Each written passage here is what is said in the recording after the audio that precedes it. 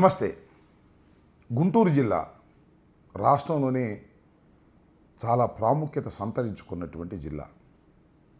పూర్వం చాలా పెద్ద జిల్లా, కానీ జిల్లాల పునర్వ్యవస్థీకరణలో గుంటూరు జిల్లా ఒక పార్లమెంటరీ నియోజకవర్గ పరిధికి కుదించబడింది. 7 అసెంబ్లీ నియోజకవర్గాలు కలిగినటువంటి జిల్లా. తెనాలి, పొన్నూరు, మంగళగిరి, గుంటూరు 1, గుంటూరు 2, ప్రత్తిపాడు, తాడికొండ మొత్తం కలిసి గుంటూరు జిల్లా ఒక పార్లమెంటరీ నియోజకవర్గం. గుంటూరు జిల్లాలోనే రాష్ట్ర రాజధాని కూడా ఉంది. తాడికొండలోనే అమరావతి ఉంటుంది. కాబట్టి గుంటూరు జిల్లాలో అంతర్భాగం తాడికొండ, తాడికొండలో అంతర్భాగం రాజధాని. ముఖ్యమంత్రి గారు, మాజీ ముఖ్యమంత్రి గారు, శాసనసభ్యులు, జడ్జెస్, సెక్రటేరియట్ స్టాఫ్ అందరూ నివసించేటటువంటి ప్రాంతం. అసెంబ్లీ, సెక్రటేరియట్, హైకోర్టు అన్నీ కలిగినటువంటి ప్రాంతం ఇది. అందువలన ఈ జిల్లాకి చాలా ప్రాముఖ్యత ఉన్నదనేది మీ అందరికీ చెప్పాలనుకుంటున్నాను. ఇక్కడ ఏ యాక్టివిటీ జరిగినా ప్రబలంగా ప్రచారం జరుగుతుంది, పత్రికల్లోనూ టీవీల్లోనూ. ఎందుకంటే మీడియాకు అందుబాటులో ఉండేటటువంటి ప్రాంతం కాబట్టి. ఇది టోటల్గా చాలా ప్రాముఖ్యత సంతరించుకున్న గుంటూరు జిల్లా. ఈ గుంటూరు జిల్లాకి మొత్తం పార్టీ రీఆర్గనైజేషన్ చేసేటటువంటి ప్రయత్నంలో జగన్మోహన్ రెడ్డి గారు నన్ను ఈ జిల్లాకి అందరినీ సంప్రదించి జిల్లా వైఎస్ఆర్ కాంగ్రెస్ పార్టీ అధ్యక్షులుగా నియమించారు. ఆ బాధ్యతలు చేపట్టిన దగ్గర నుంచి పార్టీని పటిష్టం చేసి ముందుకు తీసుకువెళ్లాలనే ఉద్దేశంతో ప్రయత్నం చేస్తున్నాను. దీనిలో భాగంగానే ఒక నూతన కార్యవర్గాన్ని ఏర్పాటు చేసుకున్నాం. జగన్మోహన్ రెడ్డి గారి ఆమోదాన్ని పొంది దాన్ని ఒక వారం రోజుల క్రితం ప్రకటించుకోవడం జరిగింది. మొత్తం 46 మంది సభ్యులు కలిగినటువంటిది జిల్లా కార్యవర్గం. నాతో కలిపి 47 మంది. 7 వైస్ ప్రెసిడెంట్లు, ఒక్కొక్క నియోజకవర్గానికి 2 చొప్పున 14 మంది ఆర్గనైజింగ్ సెక్రటరీసు, మళ్ళా 2 చొప్పున ప్రతి నియోజకవర్గానికి 14 మంది యాక్టివిటీ సెక్రటరీసు, దానితోపాటు ఒక్కొక్క నియోజకవర్గానికి ఒక అధికార ప్రతినిధి. వీరుగాక 5 జనరల్ సెక్రటరీసు. మొత్తం కలిసి 46 + 1 ఇది కార్యవర్గం. దీన్ని ప్రకటించడం జరిగింది. ప్రకటించిన తర్వాత తొలి సమావేశాన్ని మొన్న సోమవారం నాడు జరుపుకున్నాం. ఇది కూడా తెనాలిలో అన్నాబత్తుని శివ గారి ఆహ్వానం మేరకు ఆయనే మమ్మల్ని హోస్ట్ చేసి గౌతమి హోటల్లో కాన్ఫరెన్స్ హాల్లో దీన్ని నిర్వహించుకున్నాం. చాలా ఘనంగా నిర్వహించుకున్నామని చెప్పక తప్పదు. 46 మందిలో 3 మినహా 43 మంది హాజరయ్యారు. ముఖ్య నేతలందరూ కూడా వచ్చారు. ఎమ్మెల్సీలను ఆహ్వానించాం. అదేవిధంగా ఈ జిల్లాలో రాష్ట్రాన్ని రిప్రజెంట్ చేస్తున్నటువంటి కార్యవర్గ సభ్యులు, జనరల్ సెక్రటరీస్ కానీ ఉంటే వారిని కూడా ఆహ్వానించాం. 6 నియోజకవర్గాలు అంటే గుంటూరు 2 మినహా, గుంటూరు 2ని నేను ప్రస్తుతానికి చూస్తున్నాను. గుంటూరు 2 మినహా 6 నియోజకవర్గాలకు సంబంధించినటువంటి సమన్వయకర్తను కూడా ఆహ్వానించడం జరిగింది. చాలా నిండుగా తొలి సమావేశం జరిగింది. ఈ తొలి సమావేశంలో అనేకమైనటువంటి అంశాలను పలువురు ప్రతిపాదించారు, చర్చించాం.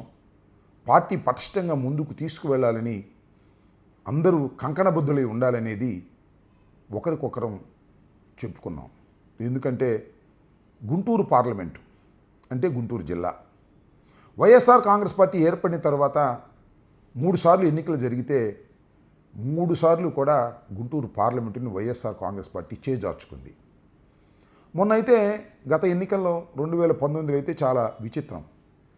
6 అసెంబ్లీ నియోజకవర్గాలు గెలుచుకొని పార్లమెంటును గెలుచుకోలేకపోయాం. కాబట్టి దీన్ని పటిష్టవంతమైనటువంటి జిల్లాగా తయారు చేయాలని, ఇప్పటి నుంచి కూడా ఎన్నికల వరకు కూడా అందరూ కలిసికట్టుగా పనిచేసి ఒక పటిష్టమైనటువంటి నిర్మాణాన్ని నిర్మించాలనేటువంటి ఉద్దేశాన్ని అందరూ వ్యక్తం చేశారు. అందరం కలిసికట్టుగా ఈ జిల్లాని ముందుకు తీసుకువెళ్ళాలనేటువంటి ఉద్దేశంతో ప్రయత్నం చేయాలని మేమందరం ముక్త కంఠంతో అనుకోవటం జరిగిందని కూడా ఈ సందర్భంగా నేను చెప్పదలుచుకున్నాను. అయితే అక్కడ చర్చించిన తర్వాత ఒక 3 తీర్మానాలు చేశాం. మొదటి తీర్మానం ఏమిటంటే ఇలాగే మీటింగులు 7 నియోజకవర్గాలు ఉన్నాయి కదా, ఆ 7 నియోజకవర్గాల సమన్వయకర్తల ఆహ్వానం మేరకు 7 ఒకటి అయిపోయింది, ఆ 7 మిగతా 6 కూడా 6 నెలల్లో నిర్వహించాలి అని అనుకున్నాం. నెక్స్ట్ సమావేశం నెక్స్ట్ మంత్లో సుబ్బారెడ్డి గారు ఎవరైతే రీజనల్ కోఆర్డినేటర్ ఉన్నారో వారి డేట్ తీసుకొని మంగళగిరి నియోజకవర్గంలో వారిని ముఖ్య అతిథిగా ఆహ్వానించి నెక్స్ట్ మీటింగు నెక్స్ట్ మంత్లో జరుపుకోవాలని తీర్మానించాం. అందువలన ఇప్పటి నుంచి 6 మాసాల వరకు ప్రతి మాసంలోనూ ఒక మీటింగును నిర్వహించాలి అనేది మేము ప్రథమంగా తీసుకున్నటువంటి తీర్మానం, నిర్ణయించుకున్నటువంటి నిర్ణయం. దానితో పాటు చాలా చర్చించిన తర్వాత 2 తీర్మానాలను వచ్చినటువంటి కార్యవర్గ సభ్యులు ప్రవేశపెట్టారు. వాటిని ఏకగ్రీవంగా ఆమోదించడం జరిగింది. రెండవ తీర్మానం ఏమిటంటే సూపర్ 6 ఏదైతే చంద్రబాబు నాయుడు గారి ఎన్నికలకు ముందు ప్రజలకు వాగ్దానం చేసి అధికారంలోకి రాగానే అమలు చేస్తానని చెప్పారో ఆ సూపర్ 6ని తక్షణమే పరిపూర్ణంగా అమలు చేయాలని డిమాండ్ చేస్తూ ఒక తీర్మానం.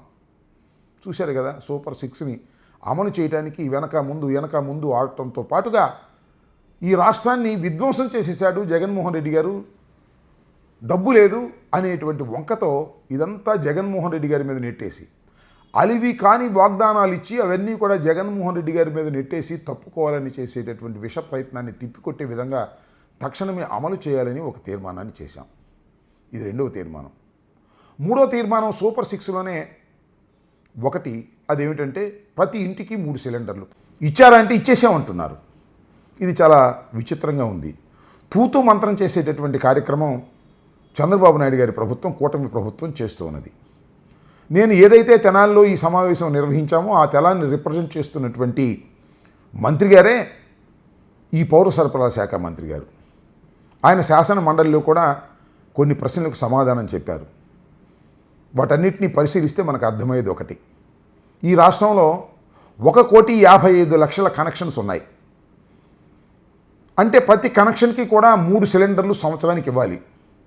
కానీ లెక్కలు చూస్తే ఎన్ని ఇచ్చారయ్యా మీ ప్రభుత్వం అంటే 37 లక్షల మందికి మాత్రమే ఇచ్చారు. అంటే 1,55,00,000 కనెక్షన్లు ఉంటే 37 లక్షల కనెక్షన్లకు మాత్రమే 1 సిలిండర్ ఇచ్చి తప్పుకునేటువంటి ప్రయత్నం చేస్తున్నారు.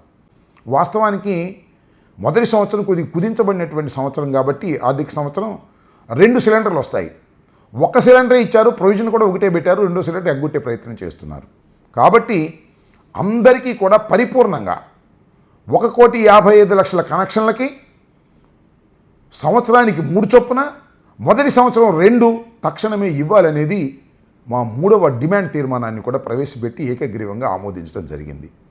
ఈ విధంగా చక్కని వాతావరణంలో చాలా పటిష్టంగా కార్యవర్గ సమావేశాన్ని, గుంటూరు జిల్లా కార్యవర్గ సమావేశాన్ని నిర్వహించుకున్నాం. భవిష్యత్తులో కూడా కార్యవర్గ సమావేశాన్ని ఫలితాలు ఇచ్చేటటువంటి సమావేశంగా అందరినీ మోటివేట్ చేసే విధంగా జరపాలని కూడా నిర్ణయించుకున్నాం. ముఖ్యంగా ఏదో కార్యవర్గం అంటే ఏదో పేపర్లో వస్తుంది అంతటితో అయిపోతుంది అనేది కాకుండా కష్టపడి పనిచేసి పార్టీని అధికారంలోకి తీసుకొచ్చేందుకు మన శక్తి మేరకు పనిచేయాలనేటువంటి ఒక దృక్పథాన్ని మా కార్యవర్గ సభ్యులందరిలోనూ కలిగించాలనేటువంటి తపనతో ఈ కార్యక్రమాన్ని చేస్తున్నామని కూడా ఈ సందర్భంగా నేను మనవి చేస్తున్నా. అందువల్ల ఏది ఏమైనా 3 సార్లు ఎన్నికలు జరిగితే ప్రభుత్వం వచ్చిన తర్వాత 3 సార్లు పార్లమెంటును పోగొట్టుకున్న ఈ గుంటూరు జిల్లా ఈసారి తప్పనిసరిగా పార్లమెంటులో కూడా ఘన విజయం సాధించాలని, 7కు 7 సాధించాలనేటువంటి దృక్పథంతో పట్టుదలతో పనిచేయాలని మేమందరం కూడా ముక్త కంఠంతో మేము ఆలోచన చేసి నిర్ణయించుకున్నాం. ఆ పద్ధతుల్లోనే ముందుకు కదులుతాం. కాబట్టి ప్రజానీకం, గుంటూరు జిల్లా ప్రజానీకం అందరూ కూడా దీన్ని అర్థం చేసుకొని సహకరించాలని, ముఖ్యంగా వైఎస్ఆర్ కాంగ్రెస్ పార్టీ కార్యకర్తలు, శ్రేణులు కూడా ఈ మెసేజ్ని స్వీకరించాలనే ఉద్దేశంతోనే నేను ఈ వీడియోని చేసి యూట్యూబ్లో పెడుతున్నానని కూడా మీ అందరికీ కూడా సవినయంగా మనవి చేస్తున్నాను. ధన్యవాదాలు. Stay aware, stay bold. Like, subscribe and follow at Ambati Rambabu Official for truth and clarity in today's politics.